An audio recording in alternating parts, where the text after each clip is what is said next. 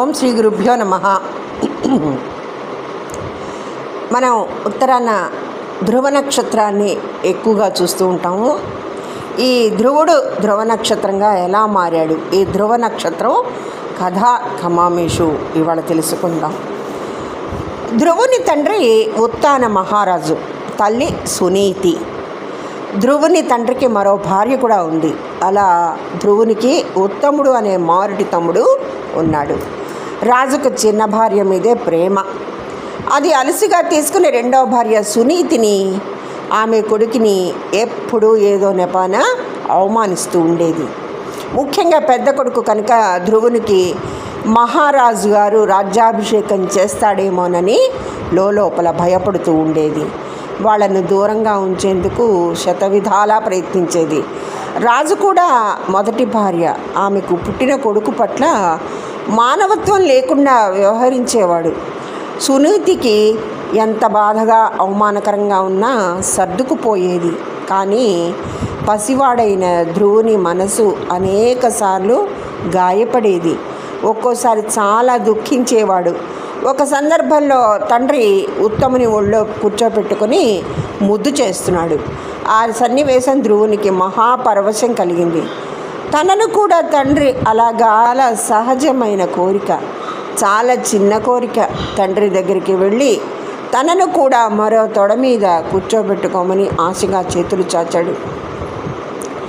రాజు ధ్రువుని ఉనికిని కూడా పట్టించుకోనట్లు చిన్న కొడుకుతో మురిపాలు సాగిస్తున్నాడు.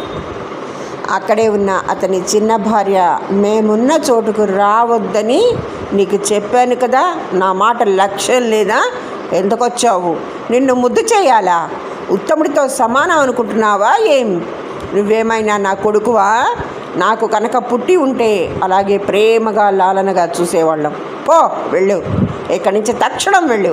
నీ అమ్మలా పూజలు పునస్కారాలు చేసుకుంటూ కాలక్షేపం చెయ్యి. ఎప్పటికైనా దేవుడు కరుణిస్తే తండ్రి ఒడిలో ఆడుకుందువు కానీ వెళ్ళు, మళ్ళీ ఇటువైపు రాకు అంటూ చేత్కరించింది. ధ్రువునికి చాలా బాధేసింది. ఏడ్చుకుంటూ తల్లి దగ్గరికి వెళ్ళాడు. జరిగిన సంగతి చెప్పాడు. సునీతి ఎంత మంచిదో అంత నెమ్మదస్తురాలు. ఆమెకి రాజును కానీ అతని రెండో భార్యను కానీ ఎదిరించి పోరాడే శక్తి లేదు. ఇదంతా విధి లిఖితం బాబు, నువ్వు బాధపడకు. దేవుణ్ణి ప్రార్థించడం ఒక్కటే మనం చేయాల్సింది. అందులోనే మనకు సుఖం శాంతి లభిస్తాయి.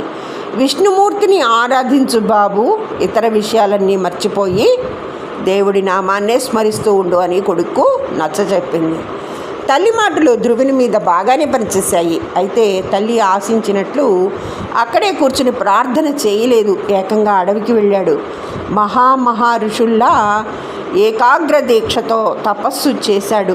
6 ఏళ్ల పసివాడు అంత ఘోర తపస్సు చేయడం అంతకు ముందెన్నడూ లేదు. అది చూసిన మహర్షులు, దేవతలు అందరూ ఆశ్చర్యపోయారు, ఆనందించారు, ఆ పైన ఆశీర్వదించారు. ధ్రువుని తపస్సు ఫలించింది. విష్ణుమూర్తి ప్రత్యక్షమయ్యాడు. నీ అపూర్వ దీక్షకు సంతోషించాను, ఏం కావాలో కోరుకో బాలక అన్నాడు. ఇప్పుడు ధ్రువుడికి తండ్రి ప్రేమ చాలా అల్ప విషయంగా కనిపించింది. దేవా, నా భక్తిని శాశ్వతం చెయ్యి, నేను నీ భక్తుడిగా నిలిచిపోవాలన్నాడు. విష్ణుమూర్తి నవ్వుతో తల పంకించి తథాస్తు అని అంతర్ధానమయ్యాడు. ధ్రువుడు రాజభవనానికి తిరిగి వచ్చాడు. అప్పటి వరకు కొడుకు యోగక్షేమాలు తెలియక బాధపడుతున్న సునీతి ధ్రువుని చూసి అనిర్వచనీయమైన అనుభూతికి లోనయ్యింది. జరిగిన సంగతి విని మరీ సంతోషించింది. విష్ణుమూర్తి అనుగ్రహంతో రాజు అతని రెండవ భార్యల్లో ఊహించని మార్పు వచ్చింది. అనంతర కాలంలో వారే పట్టుబట్టి ధ్రువుణ్ణి రాజుని చేశారు. విష్ణుమూర్తి వర ప్రభావంతో ధ్రువుడు ఆకాశంలో ఇప్పటికీ ధ్రువ నక్షత్రంగా కనిపిస్తుంది.